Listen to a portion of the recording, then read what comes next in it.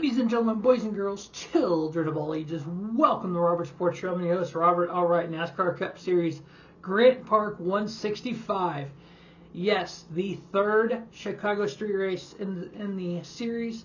And as we look what NASCAR has done over the past 5 years, 10 years, 3 kind of seems to be that kind of sweet spot on some things. 3 years at the LA Coliseum, 3 years Bristol Dirt.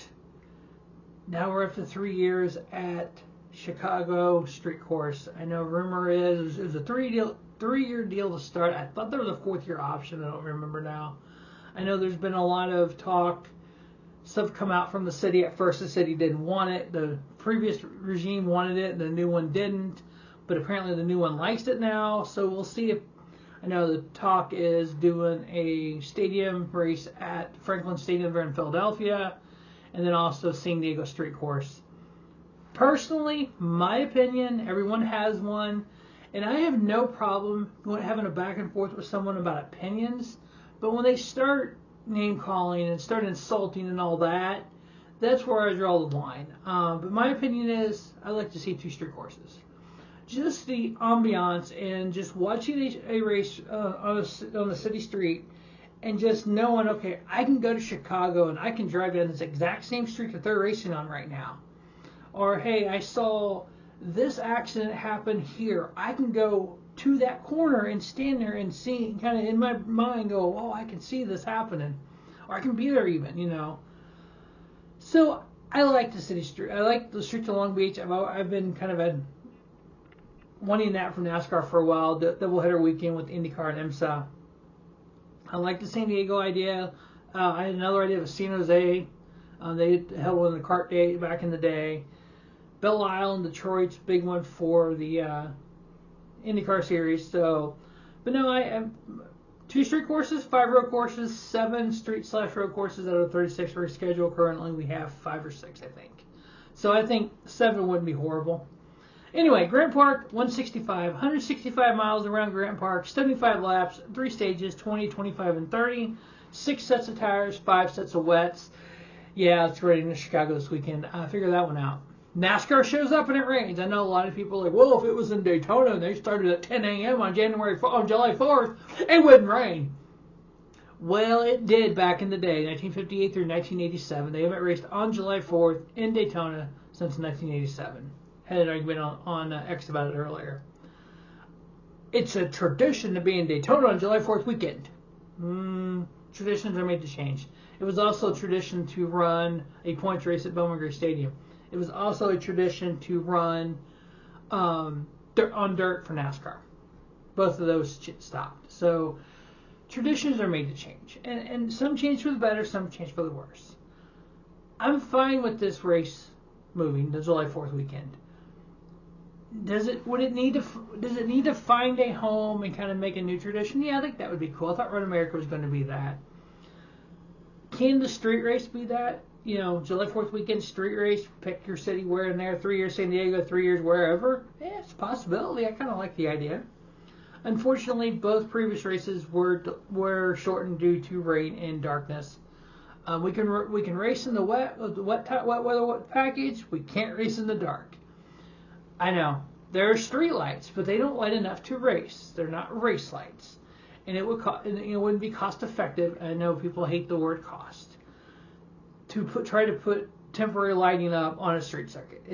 There's no reason for it. But I know there's also the people that say, well, they waste the money building the street circuit every year. Invest it somewhere else. Yes, it's $350 billion $350 million to build a permanent racetrack. That's what the Fontana price was, $350 million. It doesn't cost $350 million to put the street circuit together. Sorry, it doesn't. So then it's cheaper each time to do it. That's kind of like the Bobby Bonilla contract in Major League Baseball, where it was cheaper for the Mets to prolong that $20 million or whatever it was, and he gets a check every year on July 1st. If it's cheaper to go basically create a temporary track, than build a permanent one. That's what they should do. All right, so in the 19 races in the Gen 7 NASCAR Cup car, 19 races since 2022, Chris Buescher average finished 8.78 with a win. Chase Elliott 9.83, still has not won. Was the road course king in the other car, not in this car. Shane Van Gisbergen, 2 wins, average finish 10.87. Tyler Reddick 11.21 with 3 wins. Christopher Bell 11.63 with 2 wins. William Byron 12.73 with 2 wins. Michael McDowell 12.79 with a win. Alex Bowman 13.1 with a win. This is the 19 races in the Gen 7 car on road courses and street courses. Austin Cindric 13.73, Ross Chastain 14.31 and a win. On the 2 races at the street course, average running position, Ty Gibbs 6.47, Christopher Bell 7.81, Tyler Reddick 8.96, Kyle Larson 12.82, Shane Van Gisbergen 14.65, AJ Allmendinger 15.66, Chase Elliott 15.89, Alex Bowman 16.11, Michael McDowell 17.14, Daniel Suarez 17.2. With this Daniel Suarez news this week, him not returning to the track house, I know a lot of rumors and stuff, and people trying to figure out where Suarez is going in 2026. I don't think there's any Cup rides open really, unless Austin Dillon some odd reason retires or steps away. Or if Kaulick replaces Ty Dillon, there really isn't any opening to the Cup, unfortunately, unless Legacy Motor Club adds a 3rd car like they want. I know, according to Tommy Baldwin on the Dope McClure podcast, looks like Cody Ware will be back at the new Rick Ware Racing for next year. My guess is they lease the other charter to RFK. They sell charter in 2027 to RFK and sell one to a Legacy Motor Club, and I also put this online. And in 2027 or 2028, not sure how long it'll take to get this to happen, but NASCAR issues 4 new charters for the new OEM. Dodge returns the Cup Series. 3 charters to the new Rick Ware Racing. They go to Dodge. The additional charter goes to Hayek Motorsports to go with the one they already have. They become a Dodge team, so there would be 5 Dodge full-time teams or cars, Hayek and Rick Ware Racing, with the 4 new charters given by NASCAR. Because NASCAR said there's 4 additional charters out there for a new OEM. So there would be, my guess is they would go 40 charters. There would be 43 car field, so 3 open for each race. This race, there is 5 open teams for 4 spots, so we will have a go-home team. So that could be very interesting to see what happens there. If qualifying gets rained out, unfortunately the go-home team would be the 13 for Will Brown with Kaulick Racing. Average finish at the Chicago Street Course. Oh, the Daniel Suarez note. My guess right now would be he's in the 9 car at JRM next year, replacing Connor Zilic. So they will have the 9 be, instead of the All-Star car like this year, be the full-time ride. The 88 would be the kind of Dale Jr. couple of races or the part-time team they have. That's just my prediction in July. Michael McDowell 6.0 average finish at Chicago Street Race. Ty Dillon 6.0. Kyle Busch 7.0. Justin Haley 9.0. William Byron 10.5. Austin Cindric 10.5. Chase Elliott 12.0. Ty Gilliland 13. Chris Buescher and Tyler Reddick each 15.0. On road courses in 2025, Seabell average finish 1.5 with a win. Chase Elliott 3.5. Shane Van Gisbergen 3.5. William Byron 5.5. Alex Bowman 6.5. Michael McDowell 8.0. Chris Buescher 8.5. Chase Briscoe 10.5. Tyler Reddick 11.5. Ross Chastain 14.0. NASCAR Fantasy Live. Every time I think I thought of something really cool, I think this is going to work great, I can foresee this happening, and it just blows up. So NASCAR Fantasy Live, I am going with Shane Van Gisbergen, Will Brown, AJ Allmendinger, Christopher Bell, Ty Gibbs. I got Chase Elliott in my garage. The head-to-heads for Fantasy Live, Alex Bowman, Bubba Wallace. because of what happened last year, and the points right now where Bowman is, what is he, 16 points ahead of Bubba? I'm taking Bubba Wallace. I want Bubba to beat Bowman. I know Bowman won last year, but hey, yeah. I'm more of a Bubba Wallace fan than I'm an Alex Bowman fan, so because of the points, because of what happened last year, I want Bubba to kind of get that, to beat him. I mean, I don't care if by one spot, but at least beat him this year. Clean out, nobody wrecks anybody.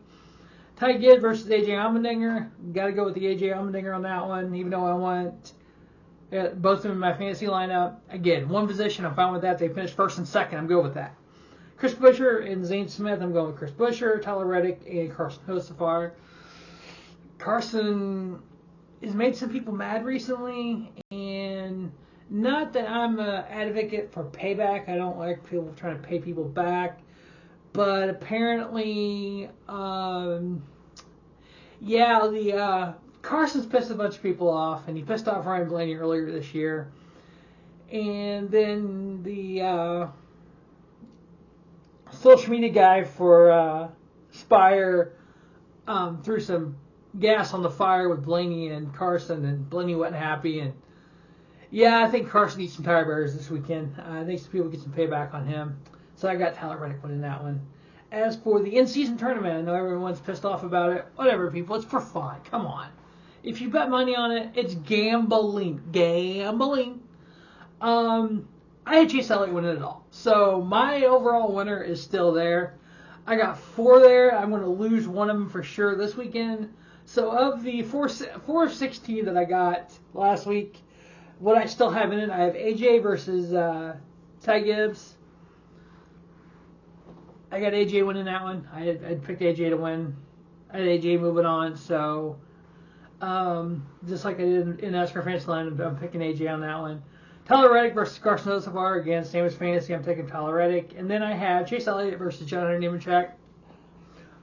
2 of my 4 I have left are face each other this week. I got Chase Elliott on that one.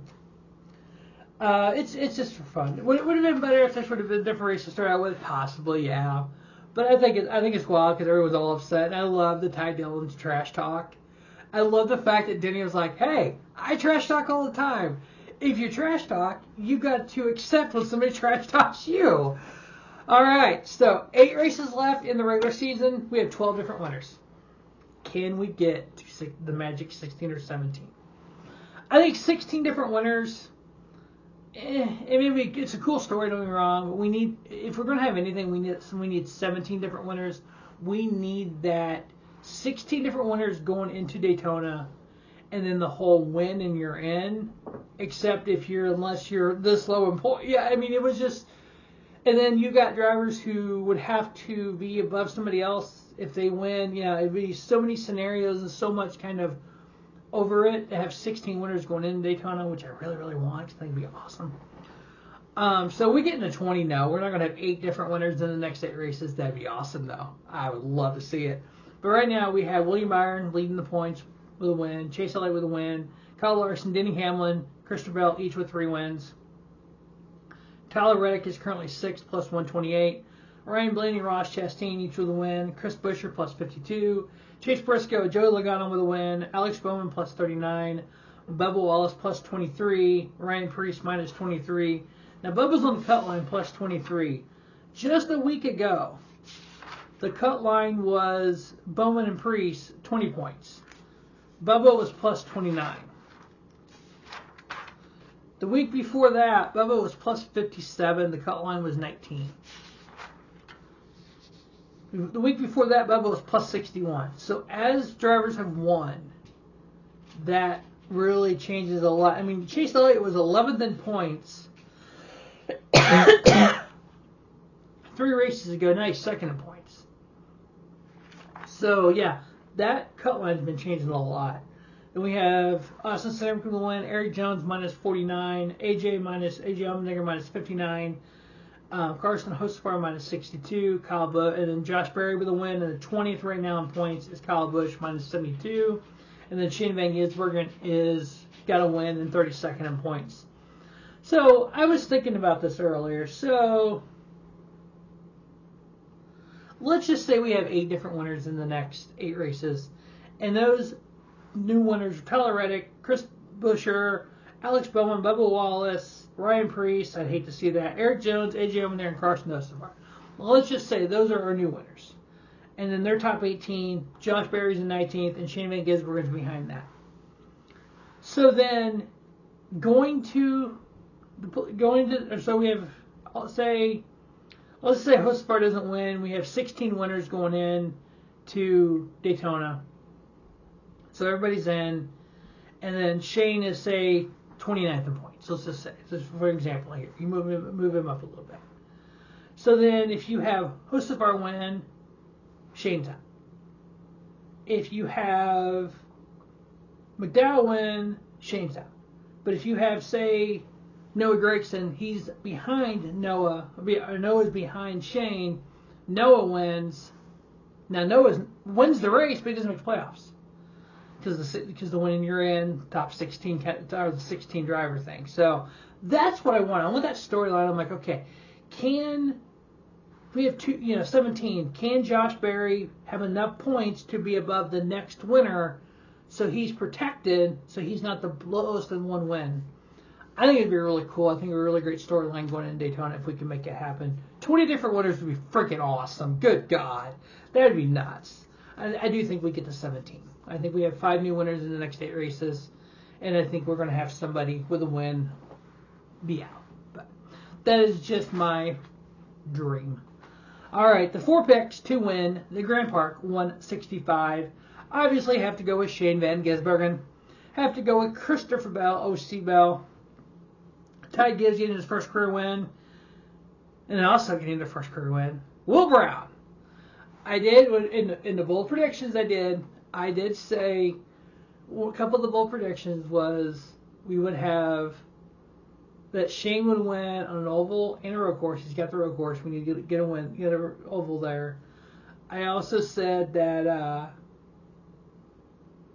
think I said we'd have 17 different winners and we'd have a non-charter car win a race. So if Will Brown could win this race, then I cover one of those bold predictions. So I need Will Brown to win. I need Shane finished in second, AJ third, followed by Bell and Gibbs.